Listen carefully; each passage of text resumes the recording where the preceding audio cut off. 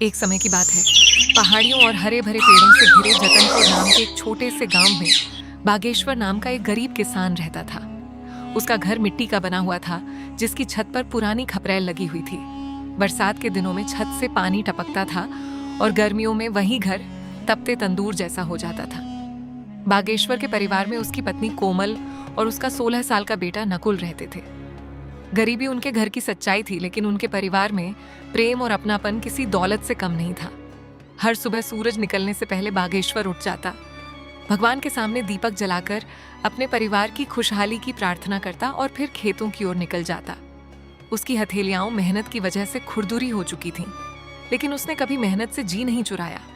इस साल किस्मत ने उसका साथ नहीं दिया। समय पर बारिश नहीं हुई, खेतों की मिट्टी सूख गई, फसलें धीरे धीरे मुरझाने लगी।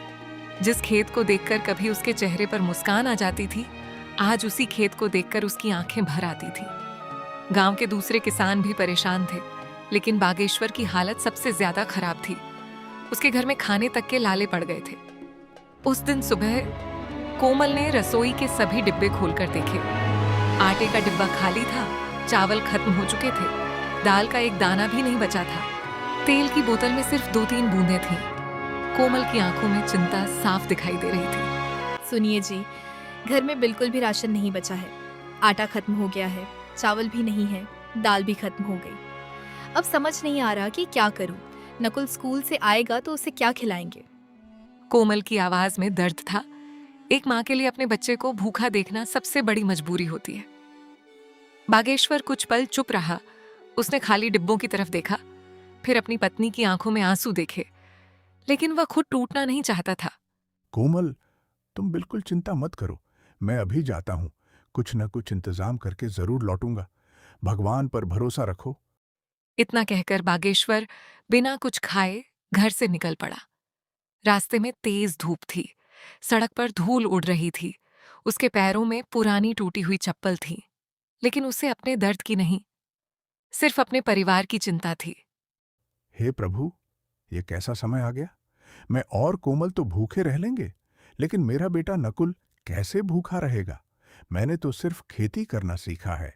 अगर खेत ही साथ छोड़ दें तो किसान क्या करे। अब मेरे पास सिर्फ एक ही रास्ता बचा है, गांव के जमींदार हीरालाल से उधार लेना। कुछ देर बाद वह गांव की सबसे बड़ी हवेली के सामने खड़ा था। यह हवेली हीरालाल की थी। ऊंची ऊंची दीवारें, लोहे का बड़ा फाटक, अंदर कई नौकर चाकर और बाहर खड़ी महंगी बैलगाड़ियां। सब देखकर कोई भी समझ सकता था कि हीरालाल गांव का सबसे अमीर आदमी है। लेकिन लोग यह भी जानते थे कि उसकी दौलत का बड़ा हिस्सा गरीबों को ऊंचे ब्याज पर पैसे देकर कमाया गया था। बागेश्वर ने हिम्मत करके दरवाजा खटखटाया। एक नौकर ने दरवाजा खोला। कुछ देर बाद हीरालाल बाहर आया। अरे बागेश्वर भैया, आइए आइए। बहुत दिनों बाद दर्शन दिए। बताइए, कैसे आना हुआ? क्या बताऊं जमींदार जी, इस साल बारिश नहीं हुई। मेरी सारी फसल बर्बाद हो गई। घर में खाने को भी कुछ नहीं बचा। इसलिए आपसे थोड़े पैसे उधार लेने आया हूं। अरे, इसमें शर्म की क्या बात है? गांव वाले एक दूसरे के काम नहीं आएंगे तो कौन आएगा? बताइए, कितने पैसे चाहिए? मुझे सिर्फ 1500 रुपये चाहिए। हीरालाल मुस्कुराया, लेकिन उसकी मुस्कान के पीछे लालच छिपा हुआ था। अरे भैया, 1500 से क्या होगा? कम से कम 10,000 रुपये ले जाइए। पता नहीं बारिश कब होगी और हालात कब सुधरेंगे। जितना ज्यादा उधार लेगा उतना ज्यादा ब्याज मिलेगा। यही सही मौका है। बागेश्वर सोच में पड़ गया। उसे समझ नहीं आ रहा था कि क्या करे। एक तरफ मजबूरी, दूसरी तरफ इतना बड़ा कर्ज।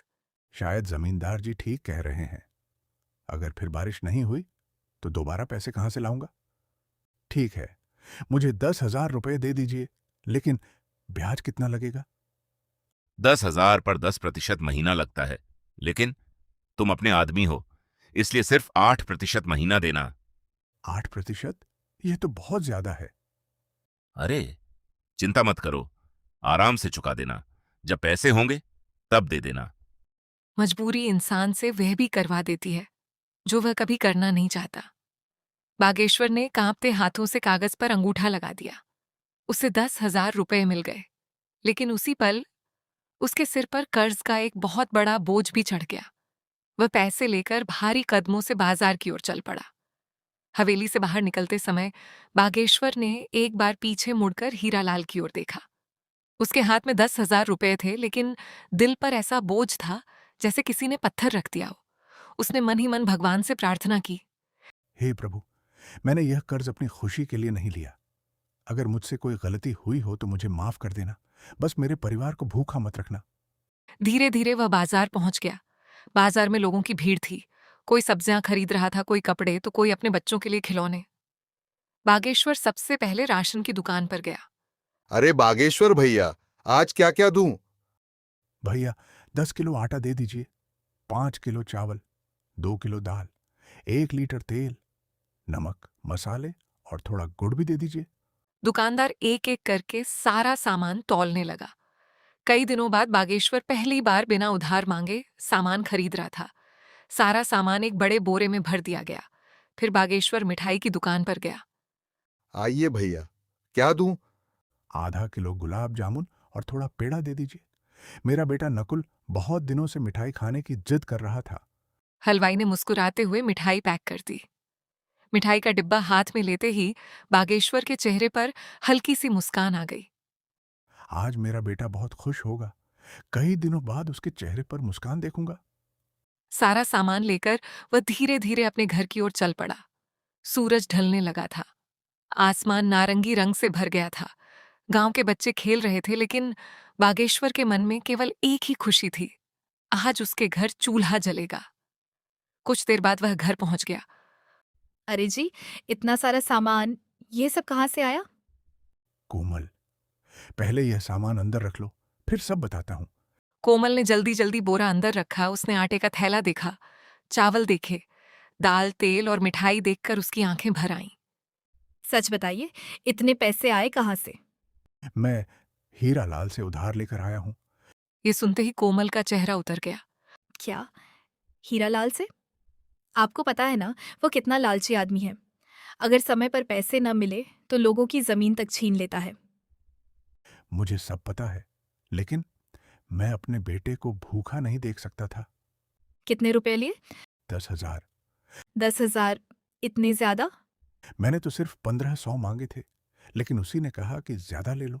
मजबूरी में मानना पड़ा। भगवान करे सब ठीक हो जाए। भगवान पर भरोसा रखो, एक दिन हमारी मेहनत जरूर रंग लाएगी। कोमल ने अपने आंसू पोंछे। उसने सोचा, आज दुख की बातें बाद में होंगी, पहले अपने बेटे को पेट भर खाना खिलाऊंगी। वह रसोई में चली गई। उसने चूल्हा जलाया। कई दिनों बाद रसोई में फिर से रौनक लौट आई। आटे की नरम रोटियां बनने लगीं। दाल की खुशबू पूरे घर में फैल गई। चावल पकने लगे और फिर उसने नकुल की पसंद की मीठी खीर भी बना दी। वाह कोमल, आज तो पूरा घर महक रहा है। आज मेरा बेटा खुश होगा, बस यही सोचकर सब बना रही हूँ। उसी समय बाहर से नकुल की आवाज सुनाई दी। माँ, मैं आ गया। जैसे ही नकुल घर के अंदर आया, उसने खाने की खुशबू महसूस की। टेबल पर सजा हुआ खाना देखकर उसकी आंखें चमक उठीं। माँ, आज तो बहुत स्वादिष्ट खाना बना है। इतने दिनों बाद ऐसा लग रहा है जैसे कोई त्योहार हो। पहले हाथ मुंह धो लो, फिर आराम से खाना खाना। नकुल मुस्कुराते हुए बाहर गया। हाथ मुंह धोकर वापस आया। कुछ ही देर बाद तीनों एक साथ बैठकर खाना खाने लगे। हर निवाले के साथ उनके चेहरों पर संतोष दिखाई दे रहा था। उस छोटे से घर में कई महीनों बाद खुशी लौटी थी, लेकिन किसी को भी यह अंदाजा नहीं था कि यह खुशी कितने दिनों की मेहमान है, क्योंकि दूसरी तरफ हीरालाल अपनी हवेली में बैठा मुस्कुरा रहा था। अब खेल शुरू होगा, हर महीने ब्याज बढ़ेगा, और अगर पैसे नहीं मिले तो बागेश्वर की जमीन मेरी होगी। कई दिनों बाद उनके पेट भरे थे, लेकिन बागेश्वर के मन में कर्ज की चिंता अब भी बनी हुई थी। वह चुपचाप आंगन में बैठकर आसमान की ओर देखने लगा। क्या सोच रहे हैं जी? बस यही सोच रहा हूं। 10,000 रुपए तो मिल गए, लेकिन अगर अगले साल भी बारिश नहीं हुई तो यह कर्ज कैसे चुकाऊंगा? भगवान पर भरोसा रखिए। जिस भगवान ने आज खाने का इंतजाम किया है, वही आगे का रास्ता भी दिखाएंगे। कोमल की बात सुनकर बागेश्वर हल्का सा मुस्कुरा दिया। तभी नकुल अपने पिता के पास आकर बैठ गया। पापा, एक बात पूछूं? हाँ बेटा, पूछो। क्या हम बहुत गरीब हैं?